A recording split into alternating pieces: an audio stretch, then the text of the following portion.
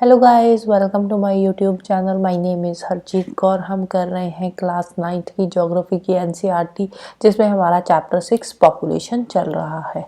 इसमें आज हम शुरू करेंगे एज कंपोजिशन के में। फर्स्ट पार्ट में हम ये birth rate, death rate, migration वाले जो पार्ट्स थे ये हम कवर अप कर चुके हैं।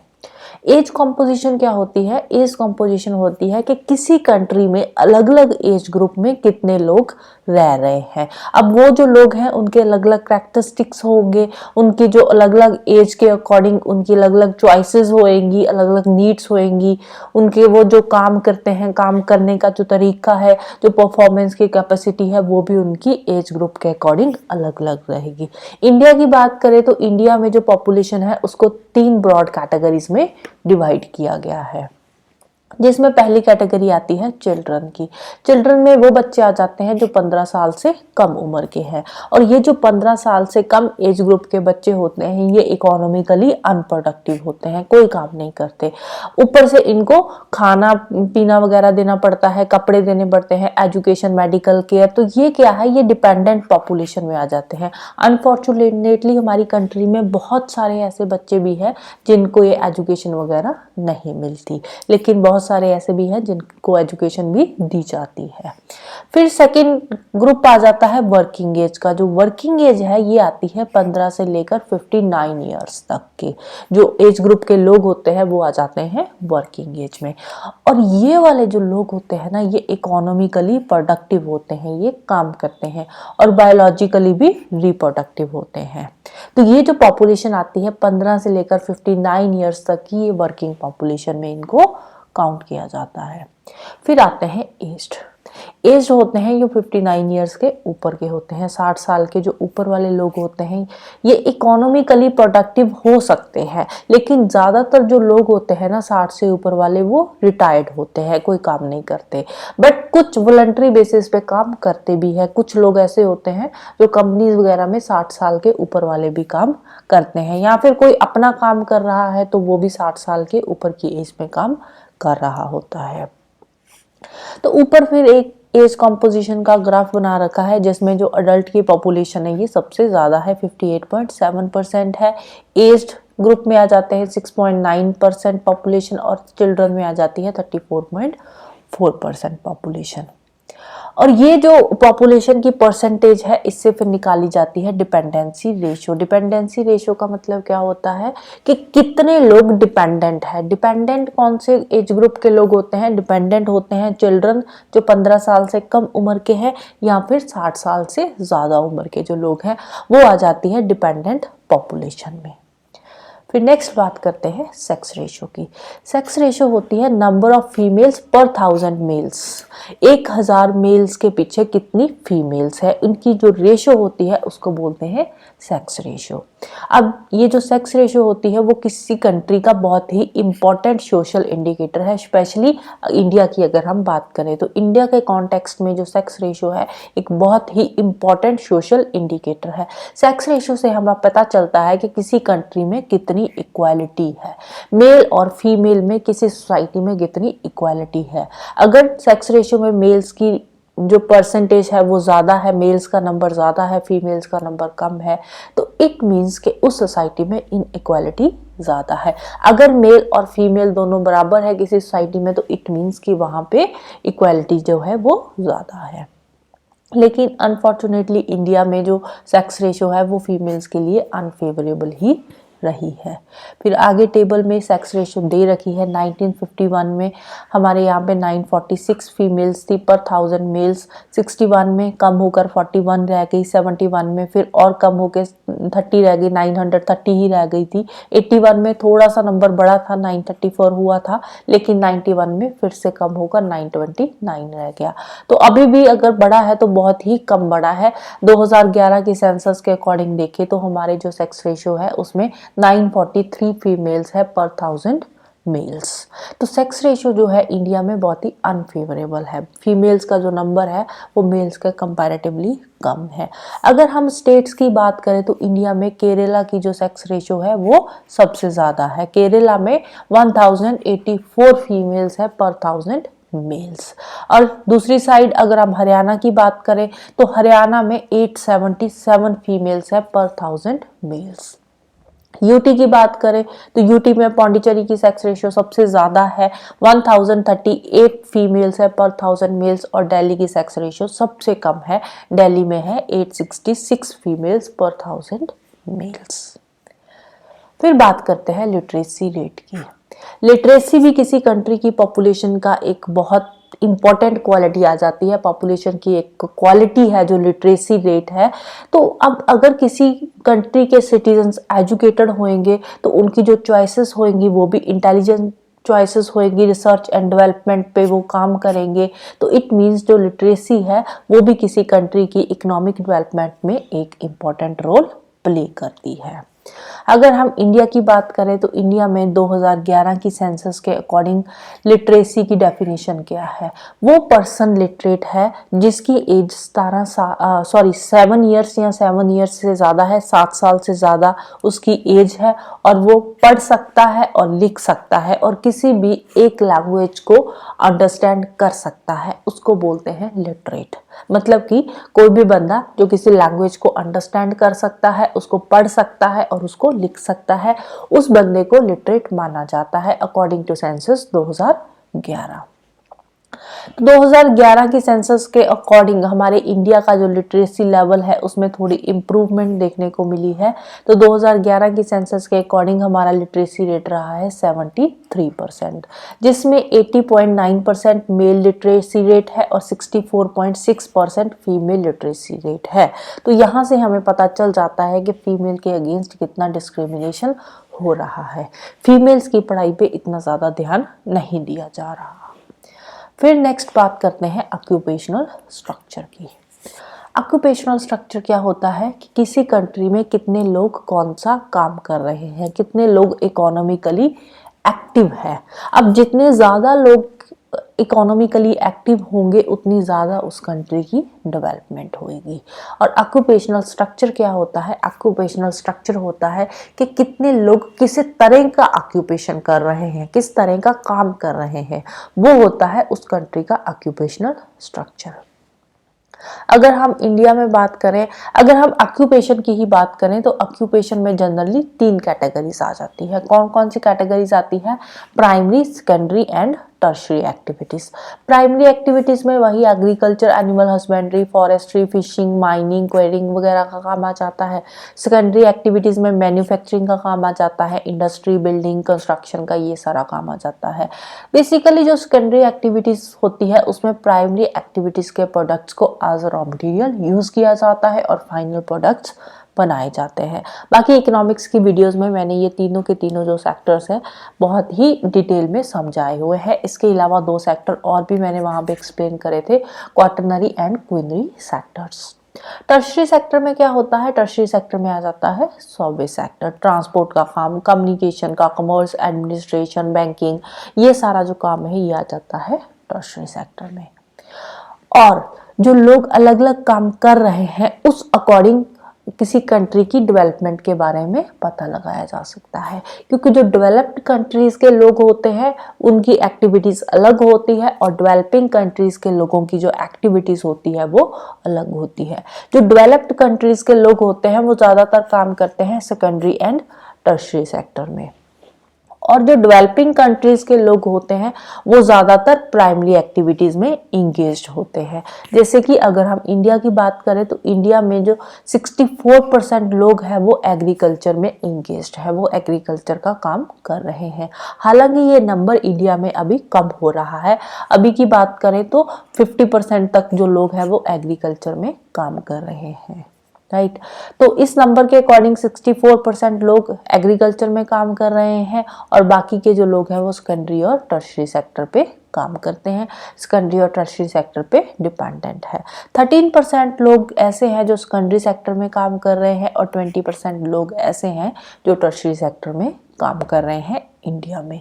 और धीरे धीरे ये ऑक्यूपेशनल शिफ्ट जो है देखने को मिल रहा है, जैसे जैसे इंडिया में इंडस्ट्रियलाइजेशन बढ़ रही है, अर्बनाइजेशन बढ़ रही है, वैसे वैसे ये जो नंबर है इंडिया में एग्रीकल्चर सेक्टर का ये कम हो रहा है और सेकेंडरी टर्शरी सेक्टर का जो नंबर है वो बढ़ रहा है, राइट।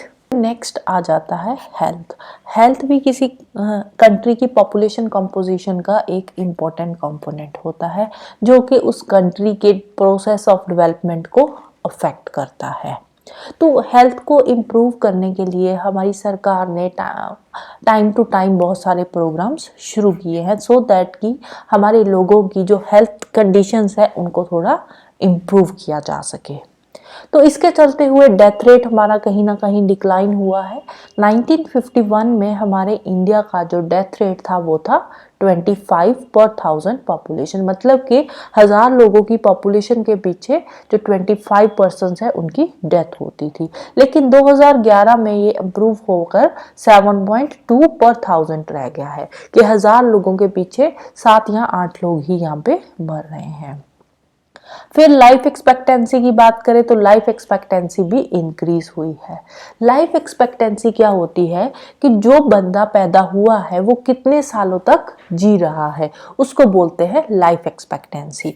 तो यहाँ पे लाइफ एक्सपेक्टेंसी कितनी इंक्रीज हुई है, 1951 में जो लाइफ एक्सपेक्टेंसी थी वो थी 36.7 ईयर्स। तो एवरेज जो लोग होते हैं थे वो 36 या 37 साल तक वो जीते थे। लेकिन 2012 में ये लाइफ एक्सपेक्टेंसी इंक्रीज होकर 2012 नहीं 11 की सेंसस के अकॉर्डिंग ये जो लाइफ एक्सपेक्टेंसी है ये इंक्रीज होकर 67.9 ईयर्स हो गई है। 67 और 68 ईयर्स तक अब लोग जो है वो जिंदा रहते हैं। और ये जो इम्प्रूवमेंट आया है हेल्थ कंडीशंस में, इस इम्प्रूवमेंट के आने के पीछे बहुत सारे गवर्नमेंट के इनिशिएटिव्स है। गवर्नमेंट ने पब्लिक हेल्थ को इम्प्रूव किया है, बहुत सारी इन्फेक्शियस डिजीजेस को प्रिवेंट किया है, बहुत सारी मॉडर्न मेडिकल प्रैक्टिसेस आई है, बहुत सारे डायग्नोसिस होते हैं, बहुत सारी ऐसी बीमारियां हैं जिसके के ट्रीटमेंट अब गवर्नमेंट करने लगी है। हालांकि इन सब चीज़ों के चलते हुए भी कहीं ना कहीं हमारा जो मेडिकल सिस्टम है वो प्रॉपरली काम नहीं कर रहा। कोरोना के टाइम की बात कर रहे तो कितने सारे लोग मरे थे, क्यों मरे थे, क्योंकि हमारा जो मेडिकल सिस्टम है वो प्रॉपरली काम अभी भी नहीं कर रहा। इसके अलावा अगर हम बात करें हेल्थ सिचुएशन की हमारी कंट्री की, तो अभी भी लोगों के पास जो पर कैपिटा कैलोरी कंजम्पशन है वो प्रॉपरली उनको नहीं मिल रही। बहुत ज़्यादा मल न्यूट्रिशन है इंडिया में अभी भी। बहुत सारे जो बच्चे हैं वो उनको अभी भी प्रॉपर खाना नहीं मिल रहा, प्रॉपर न्यूट्रिशन उनको नहीं मिल रहा, सेफ ड्रिंकिंग वाटर नहीं मिल रहा उनको, बेसिक जो सैनिटेशन अमेनिटीज़ है वो भी लोगों को अभी प्रॉपरली प्रोवाइड नहीं हो रही। रूरल पॉपुलेशन के 1/3 पॉपुलेशन ही ऐसी है जिनको थोड़ा बहुत सैनिटेशन अमेनिटीज प्रोवाइड करी जा रही है या सेफ ड्रिंकिंग वाटर उनको मिल रहा है, और बाकी के जो 66% लोग हैं वो अभी भी ऐसे हैं जिनके पास प्रॉपर ना तो सेफ ड्रिंकिंग वाटर मिल रहा है ना ही प्रॉपर सैनिटेशन अमेनिटीज उन लोगों को प्रोवाइड करी जा रही है। तो इस प्रॉब्लम को टैकल करने के लिए हमें इम्प्लीमेंट करने की ज़रूरत है एक appropriate population policy, right. Next बात करते हैं अडोलेसेंट पॉपुलेशन की। वैसे जो अडोलेसेंट पॉपुलेशन होती है वो आती है 14 से 18 ईयर्स तक की, लेकिन यहाँ पे जो अडोलेसेंट पॉपुलेशन है वो मानी गई है 10 से लेकर 19 साल तक की। जो 10 से लेकर 19 साल के बच्चे हैं वो आते हैं अडोलेसेंट में। तो हमारी कंट्री का जो 1/5 पार्ट है, हमारी टोटल पॉपुलेशन की जो 1/5 पॉपुलेशन है वो आती है अडोलेसेंट पॉपुलेशन में। और ये जो अडोलेसेंट पॉपुलेशन होती है ना, ये हमारे इंडिया के फ्यूचर के लिए बहुत ही इम्पॉर्टेंट पॉपुलेशन है। तो इन लोगों की, इन पॉपुलेशन की, इन एज ग्रुप की न्यूट्रिशनल रिक्वायरमेंट को पूरा करना हमारी एक रिस्पॉन्सिबिलिटी है। इनकी न्यूट्रिशनल रिक्वायरमेंट्स भी ज़्यादा होती है as compare to normal child और अडल्ट। लेकिन हो क्या रहा है, उनको प्रॉपर न्यूट्रिशन प्रोवाइड नहीं हो रहा, जिसके चलते उनकी बॉडी में बहुत सारी डेफिशिएंसी आ जाती है विटामिन्स की, मिनरल्स की, और जिसके चलते हुए उनकी प्रॉपर ग्रोथ नहीं हो पाती, स्टंटेड ग्रोथ हो जाती है, उनकी हाइट नहीं बढ़ती या कहीं कोई और प्रॉब्लम आ जाती है। तो ये सारी प्रॉब्लम पुअर न्यूट्रिशन की वजह से ही होती है। तो इंडिया में क्या है, इंडिया में जो अडोलेसेंट लोगों को डाइट दी जाती है ना, अडोलेसेंट बच्चों को जो डाइट दी जाती है उसमें सारे के सारे न्यूट्रिएंट्स अवेलेबल नहीं होते, उनको बैलेंस डाइट नहीं मिल रही। बहुत सारी लड़कियां ऐसी है, अडोलेसेंट गर्ल्स ऐसी है जिनको अनीमिया की प्रॉब्लम है, मतलब कि उनकी बॉडी में प्रॉपर आयरन ही नहीं मिल पा रहा उनकी बॉडी को, तो जिसके चलते हुए उनको बहुत सारी प्रॉब्लम्स आगे फेस करनी पड़ती है। और स्पेशली ये जो न्यूट्रिशन की प्रॉब्लम आ रही है ये एडोलेसेंट गर्ल्स में ज़्यादा आ रही है as compare to boys. Boys में भी है, ऐसी बात नहीं है, लेकिन एडोलेसेंट गर्ल्स में ये प्रॉब्लम ज़्यादा आ रही है। तो इस प्रॉब्लम को टैकल करने के लिए ज़रूरत है अवेयरनेस की, लोगों को अवेयर कराने की ज़रूरत है, लिटरेसी रेट बढ़ाने की ज़रूरत है, लोगों को एजुकेशन देने की ज़रूरत है। नेक्स्ट बात करते हैं नेशनल पॉपुलेशन पॉलिसी। अब फैमिली प्लानिंग के बारे में बात हुई है कि अब अगर इंडिविजुअल की हेल्थ को इम्प्रूव करना है, लोगों को वेलफेयर देना है, लोगों के वेलफेयर को इम्प्रूव करना है, तो उसके लिए ज़रूरत है फैमिली प्लानिंग की। तो फैमिली प्लानिंग के लिए गवर्नमेंट ने 1952 में एक प्रोग्राम शुरू करा था जिसका नाम था कॉम्प्रिहेंसिव फैमिली प्लानिंग प्रोग्राम। और इस प्रोग्राम में गवर्नमेंट ने लोगों को बताया था कि जो प्लान्ड पेरेंटहुड की ज़रूरत है ऑन अ वॉलंटरी बेसिस। ऐसे नहीं है कि आप भगवान का रूप समझकर बच्चे पैदा करते रहो, उससे क्या होता है, उससे आप बच्चों को प्रॉपर न्यूट्रिशन भी नहीं दे पाते, एजुकेशन भी नहीं दे पाते। तो इसीलिए ज़रूरी है कि बच्चे उतने ही पैदा करो जितनों को आप प्रॉपर न्यूट्रिशन दे पाओ, प्रॉपर एजुकेशन दे पाओ, प्रॉपर उनको फैसिलिटीज़ दे पाओ। इसके बाद फिर 2000 में आई थी एक नेशनल पॉपुलेशन पॉलिसी। और ये जो नेशनल पॉपुलेशन पॉलिसी थी इसमें गवर्नमेंट ने क्या बात करी थी, इसमें गवर्नमेंट ने नेशनल पॉपुलेशन पॉलिसी 2000 के अंडर 14 साल से कम एज के जो बच्चे हैं उनको फ्री एंड कंपलसरी एजुकेशन देने की बात करी थी। और बाद में ये एक फंडामेंटल राइट भी बन गया था।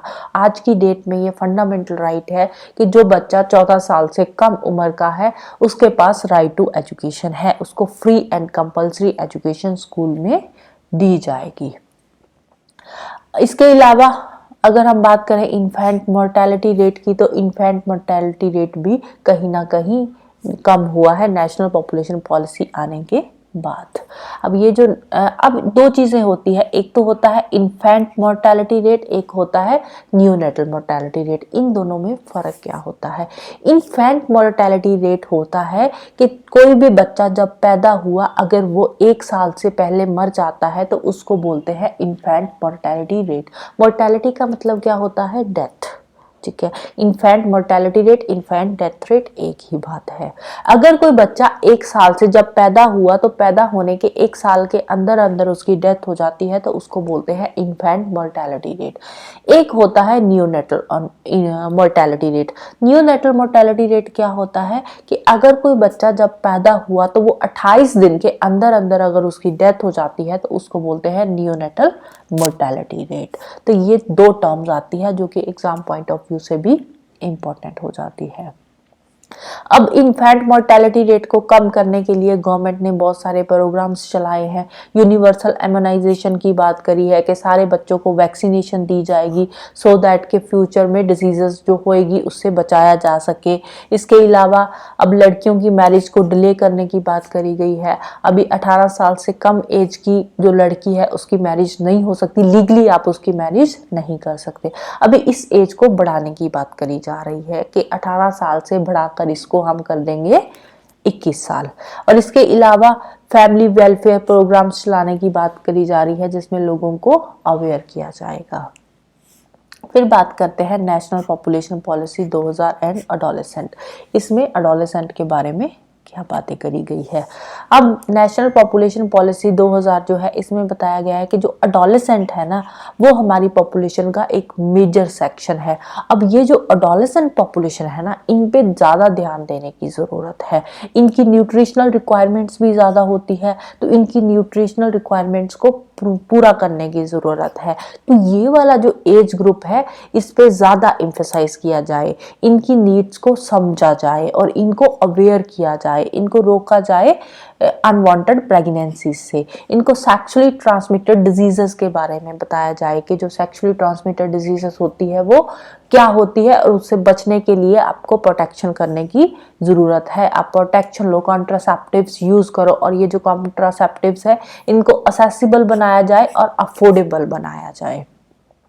तो ये जो प्रोग्राम्स चलाए जा रहे हैं इन प्रोग्राम्स का एम क्या है? इनका एम है कि जो मैरिजेस हो रही है ना अर्ली एज में इन मैरिजेस को डिले किया जाए। अगर मैरिज हो भी जाती है तो उस केस में उनको अवेयर किया जाए कि जल्दी बच्चा नहीं लेना, क्योंकि अगर जितनी कम एज में बच्चा होगा तो उतनी ज़्यादा प्रॉब्लम्स आएगी, उतने रिस्क, हेल्थ रिस्क भी ज़्यादा है।